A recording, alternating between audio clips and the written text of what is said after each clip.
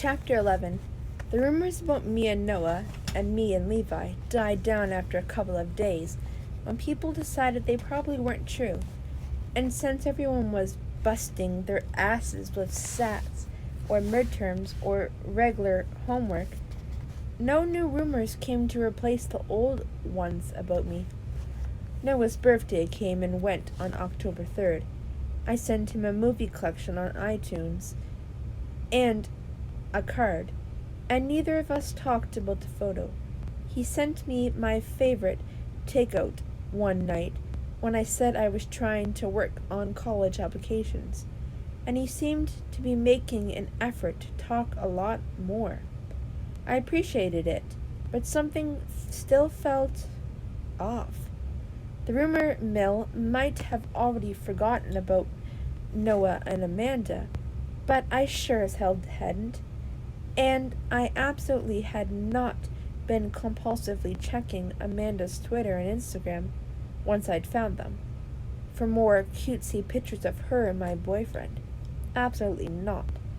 It's not like I'd spent hours tracking her down. She had the same handle on Twitter as on Instagram, and I only found her Instagram because Noah liked some of her photos. Lee told me it was weird to keep checking her social media. Rachel said she'd be doing the same in my shoes. Levi just commented on the metric shit ton of photos she posted every day, saying she couldn't possibly be drinking so many coffees with her friends. I was just opening up Instagram when Ethan Jenkins, head of student council, knocked his fist on the table, like he was a judge calling a court to order. I looked at Lee, who crossed his eyes and pulled a face at me. We hadn't been due to have a school council meeting this week, but Ethan had made it sound like there was some kind of emergency. "All right, everyone. Thanks for showing up. I know we are all busy with SATs and stuff right now, but it's time for a progress check with the Sadie Hawkins dance. Where are we on catering? Oh man, does he have to talk about food right now? We are giving up our lunch break for this," Lee muttered to me, his stomach growling as if to back him up. I stifled a giggle, pressing my hand to my mouth. Even though the dance was shaping up to be pretty awesome, I didn't feel like I shared everyone else's excitement for it. I hadn't picked out a dress yet, and I hadn't asked anybody, specifically Noah. Things felt so delicate between us lately. I got the feeling that asking him to come home to go to the dance with me would just lead to another fight and make things even worse than they already were. I felt finding excuses not to ask him. I kept finding excuses not to ask him, as people gave updates on whatever they were responsible for. Excited whispers filled the room. "And we are still not doing a theme?" Faith wanted to know, interrupting the update on decorations. "It's just a dance," Ethan sighed. "It doesn't need a theme." Tyrone understood how important a theme was, Faith muttered. "Tyrone also blew the whole budget on dances, and that's why we had to hold extra fundraisers," Ethan shot back. "Excuse me for thinking about keeping the summer dance a huge event." "Still need a theme," Caitlin said under her breath, pouting. "Geez, fine. You guys want a theme? Here's a theme. High school dance. Can we get back to the update on decorations now?" "On kind of a tight schedule here. If anyone wants to eat this lunchtime." "Decorations, please," Lee cried. When it got to the music, Lee looked at me desperately. Music had been our responsibility, but Lee hadn't been involved at all so far. He'd been so busy with football and keeping his grades up and making time for Rachel that I'd said I'd handle it. I was on the track team now, but it wasn't like that took up massive amounts of my time. I wasn't going to compete or anything.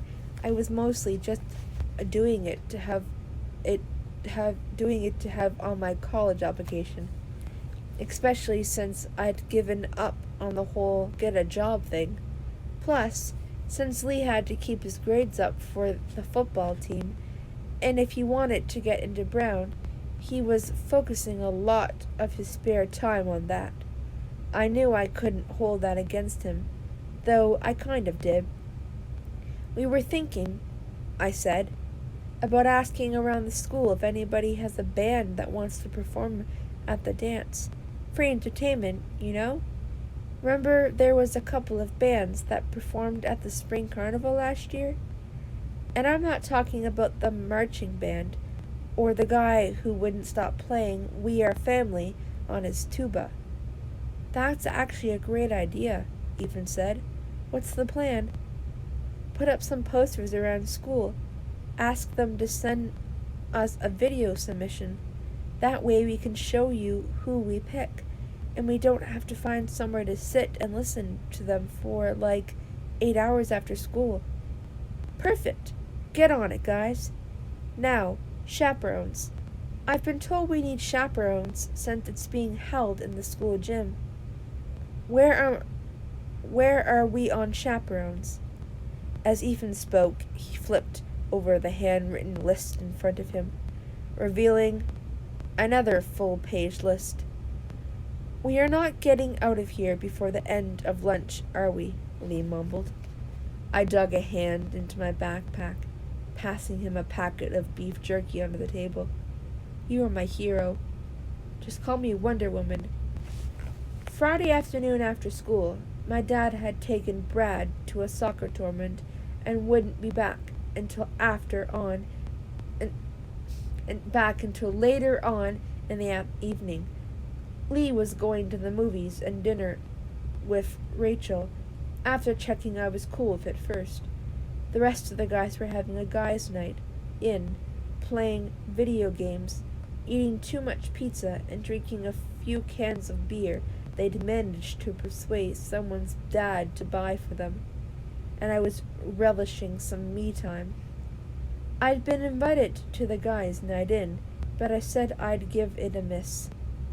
My me time involved me passing on a thick green tea tree oil face mask. Involved me pasting on a thick green tea tree oil face mask, painting my toenails and waxing my legs while lying across the couch watching an old season of Raw Paul's drag race that was being marathoned on one of the TV channels. I had my laptop out in front of me too, a YouTube page open with a video of some guy from school playing a Mumford and Sons cover. Actually, they weren't too bad. One of the best I'd seen so far. I forwarded the link to Ethan with a message. Ted? That done, I closed my laptop. I was determined to put the stress of school and colleges and even my doubts about my relationship with Noah out of my mind and relax properly for the first time in weeks. Until the doorbell rang. I froze. No way could I answer the door like this. My hair was scraped back. Green goop covered my whole face. There were waxing strips still on my legs, just 3 minutes until they came off. And I had 2 dividers in to stop my nail polish smudging. And I was in Winnie the Pooh pajama pants, rolled up to my knees, and the t-shirt of Noah's I wore to bed. Crap. I figured I should probably see who it was, though, in case it was important. Or Lee. Lee had seen me like this too often to find it funny anymore. He'd join me in the face mask and pedicure fun, sometimes. If it was Levi, I got the feeling he'd take a picture to send to all the guys. I waddled to the window, pulling back the corner of the drapes to look out and see who it was. They were mostly hidden from view, but it couldn't be anyone other than Lee. Maybe his movie night got canceled? Maybe Rachel got sick? I was still too happy at the thought of something happening to spoil his night with Rachel and hanging out with him for the night. so I waddled a little further out to the doorway, desperately not to ruin my carefully applied nail polish, and opened the door, saying, "Hey, dude, what happened to—" and slammed it back shut again. A hand caught it, laughter drifting in through the crack in the door. I stumbled back a few steps as it opened, and Noah walked in, laughing, smiles splitting his face. He was in the leather jacket and big black boots I knew so well, a white t-shirt hugging his torso. "What are you doing here?" I cried. If it weren't for the mask all around them, I'd have rubbed my eyes. I had to be seeing things. All the fumes from the nail polish were making me hallucinate. Because Noah couldn't be here, inside my house. He was across the country at college. And yet here he was, laughing at me, practically doubled over. "It's nice to see you too," he said, when he managed to stop laughing. "What are you doing here?" I repeated, too shocked to say anything else. He grinned, dimple in his left cheek showing. "After weeks of not seeing me, that's how you greet me? I mean, come on, Elle. Where's the 50 Shades lingerie? Where's the rose petals on the floor? The candlelit dinner? And then his arms were wrapped around me, and his lips were on mine, and I melted. The tension, the anxiety about us, it all vanished. I instinctively, my arms curled around his shoulders, fingers toying with the ends of his hair. It was shorter than when he left.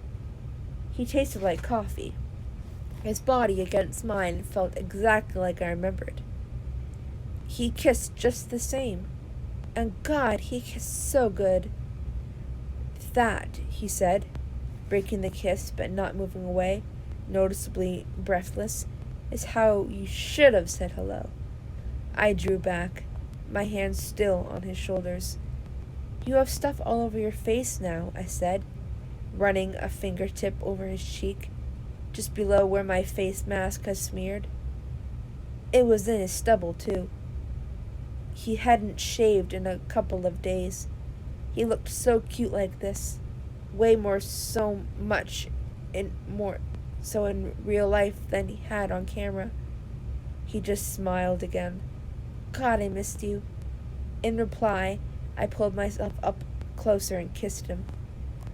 Once I was a little more presentable, still in pajamas but without the various skincare and beauty products. We lay down facing each other on the couch in the living room, my back to the TV and my nose touching Noah's, his arms folding me in close. And I was right where I wanted to be. The few days' scruff that Noah hadn't shaved off suited him, and I liked it even though it was a little itchy against my cheek and neck. His eyes were impossibly bright, and even more electric blue than I remembered. And he didn't take them off mine for a second, as we lay there with Brooklyn Nine-Nine playing in the background. I still couldn't believe he was here. Actually here. I felt so dizzy about it with him. It completely overwhelmed all the nervousness I'd felt around our relationship lately. Noah had talked to me, though, through the bathroom door. His classes on Monday were canceled, so he decided to come home for the weekend to surprise me, which he gloated he'd done a damn good job of.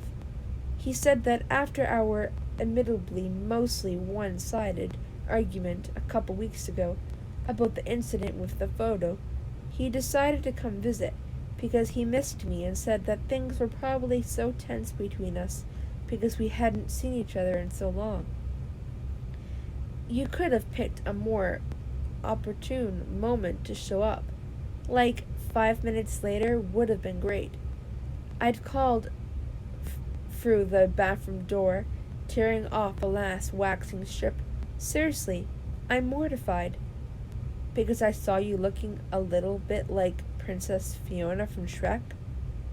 Because I'm trying to maintain the illusion that I achieved this flawless beauty with absolutely no effort, I joked, opening the door back up to him.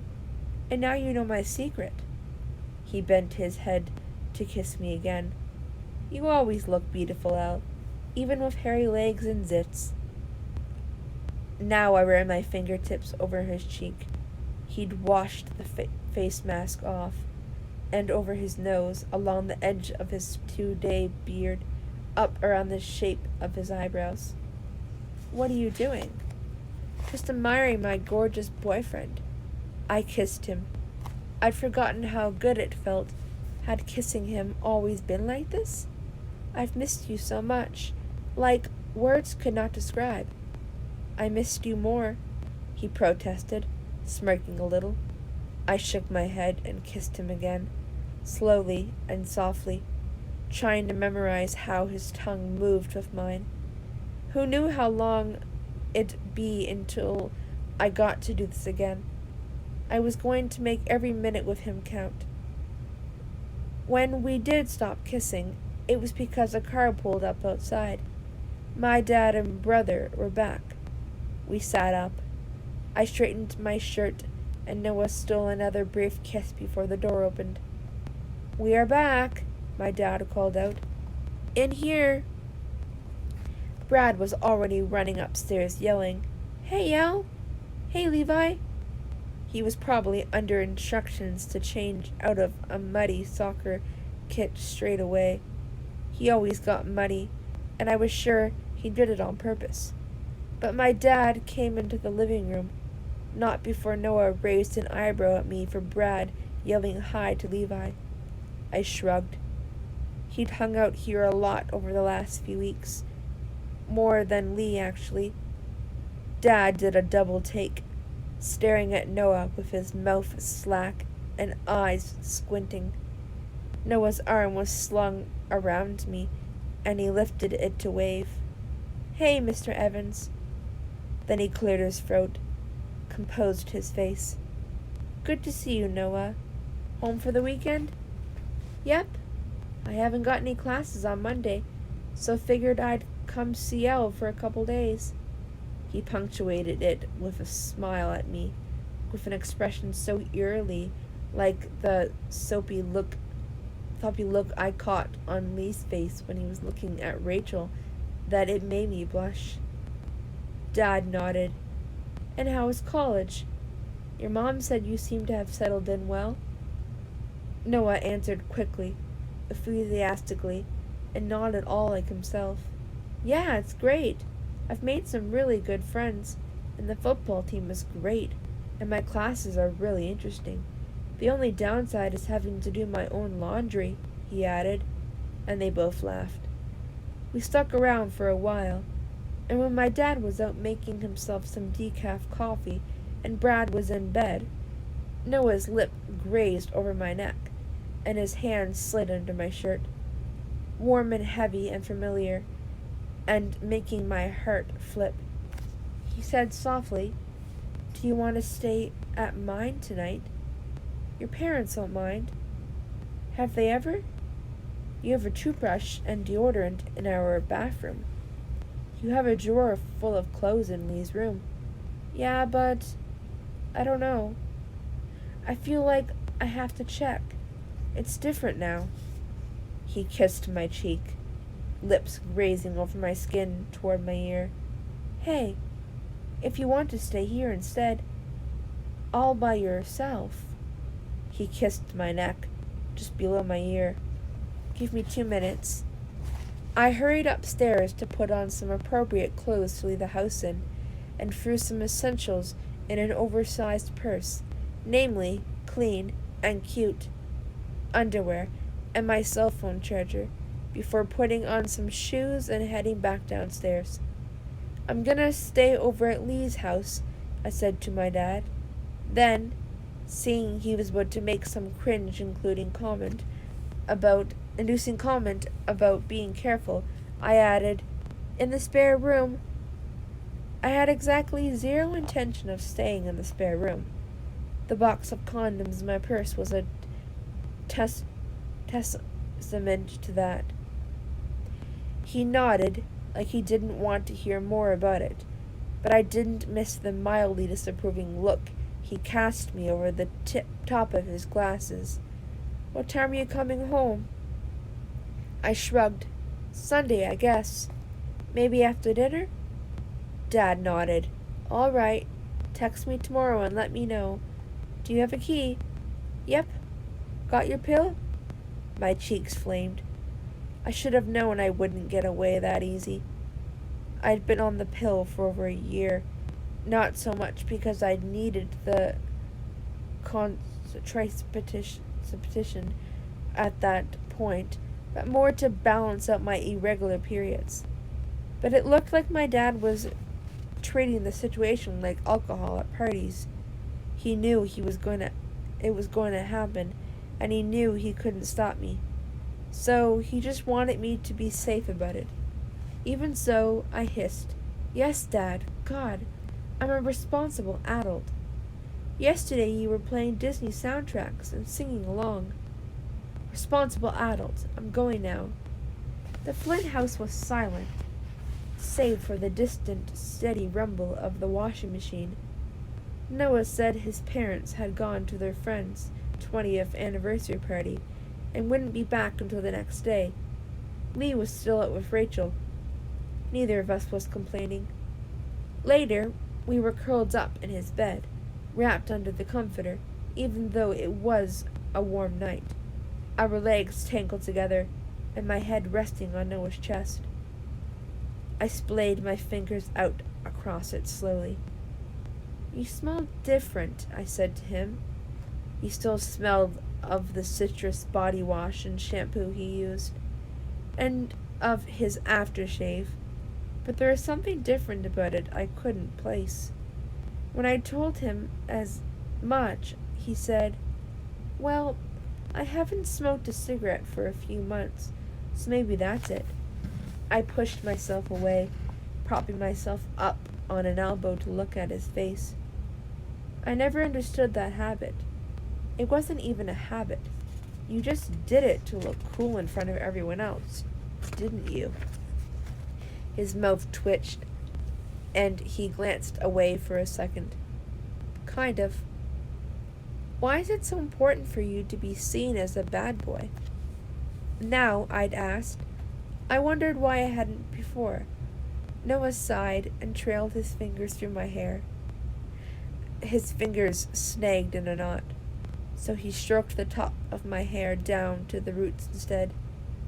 It was the kind of absent-minded, soothing gesture that I'd missed so much when he'd been gone. What? You don't think I'm a bad boy? He was trying to be playful, mock dismay on his face now. I'm wounded. Maybe I need to go punch a wall and light up a cigarette to prove it to you. Race off on my bike and pick a fight with someone. Go kick all the potted plants over outside. My mom would hate that. Seriously, badass. I rolled my eyes.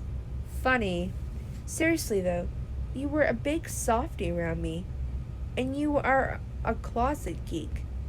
But you put up this front for everyone else, like nobody can touch you.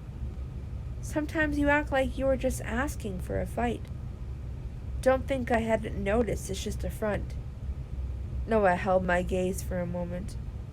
I thought he was trying to decide if I was bluffing or not. He must have realized not.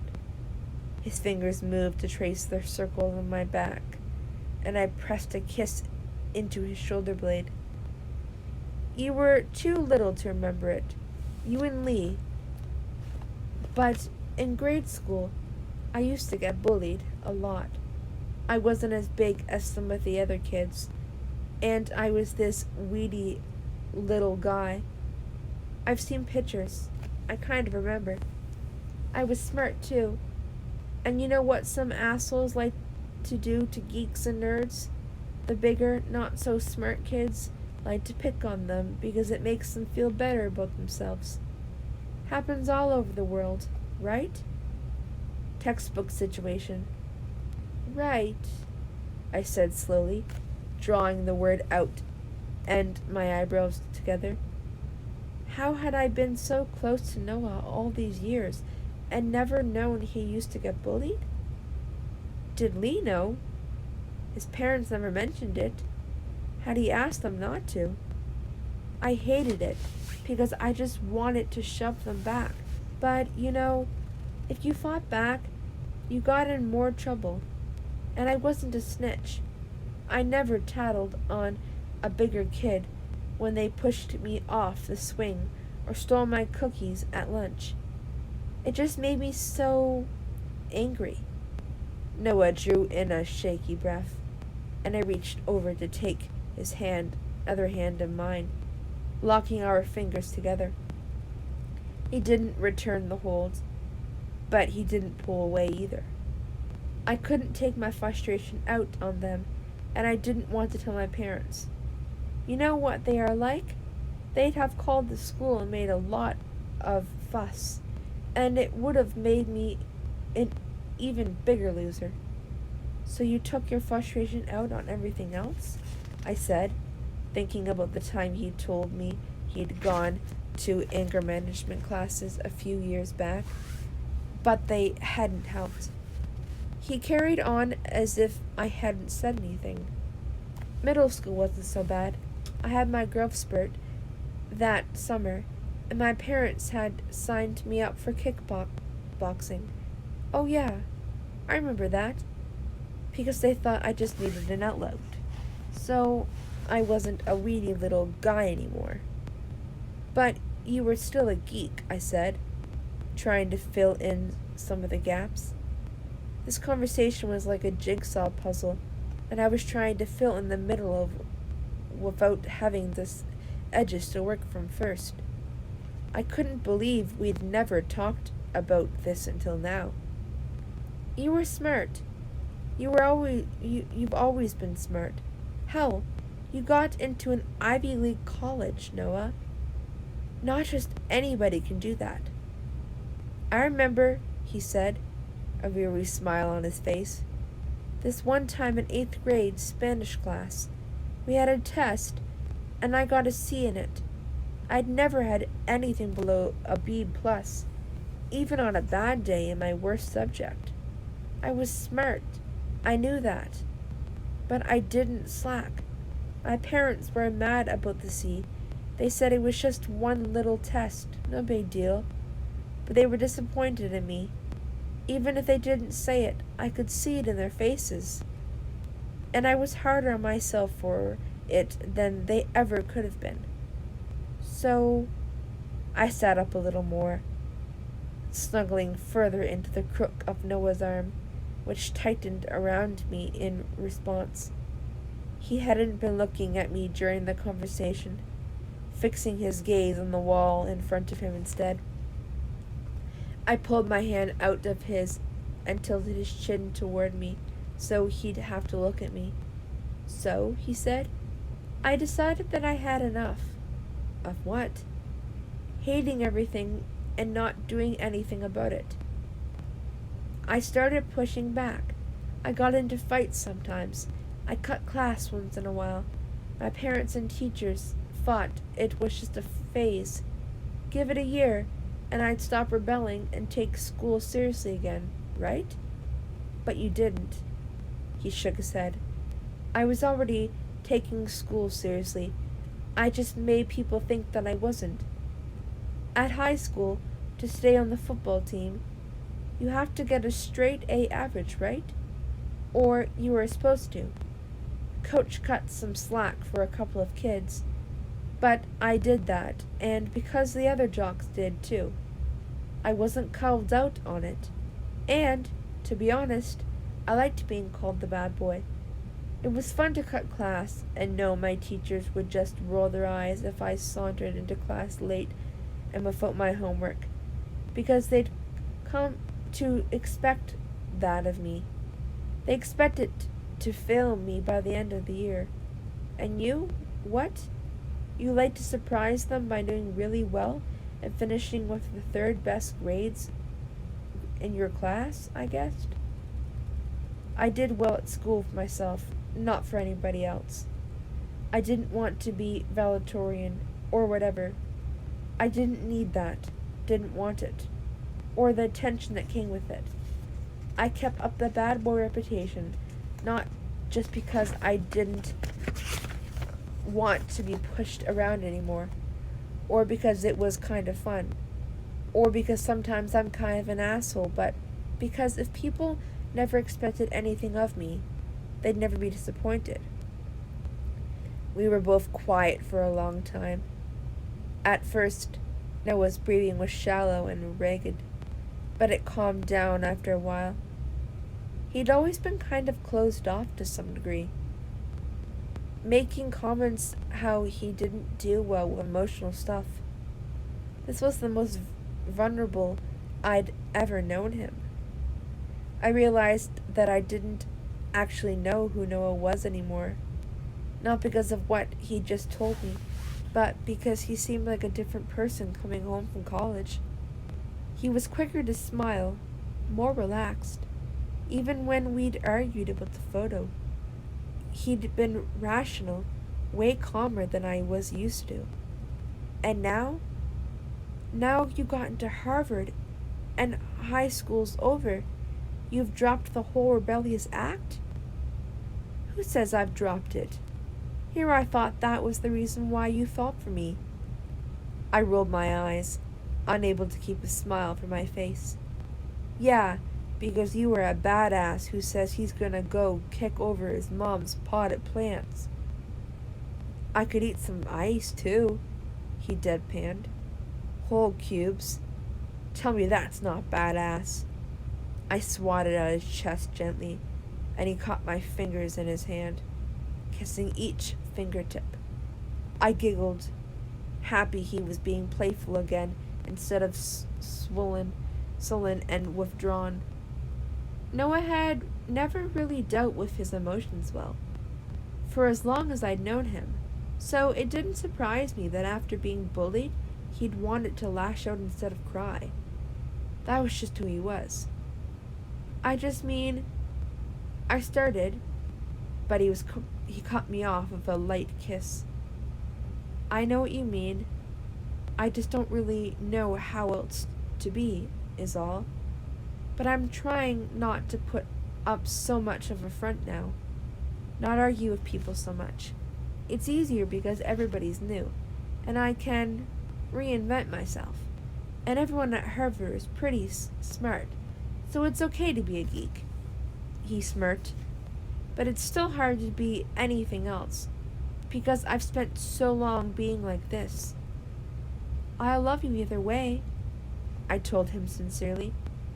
I think I loved him more in this moment than I ever had. Even if I start wearing pink polo shirts and tying sweaters around my neck and trade my motorbike in for a golf buggy? Okay, now you are just being totally ridiculous. You started it. But he was grinning at me. No, you did. You definitely started this. Then he pulled me on top of him, his fingers poking at my ribs and waist and neck. And I shrieked, trying to squirm away from him, but giggling too much to put up a fight. Noah chuckled in my ear. But I'm starting this.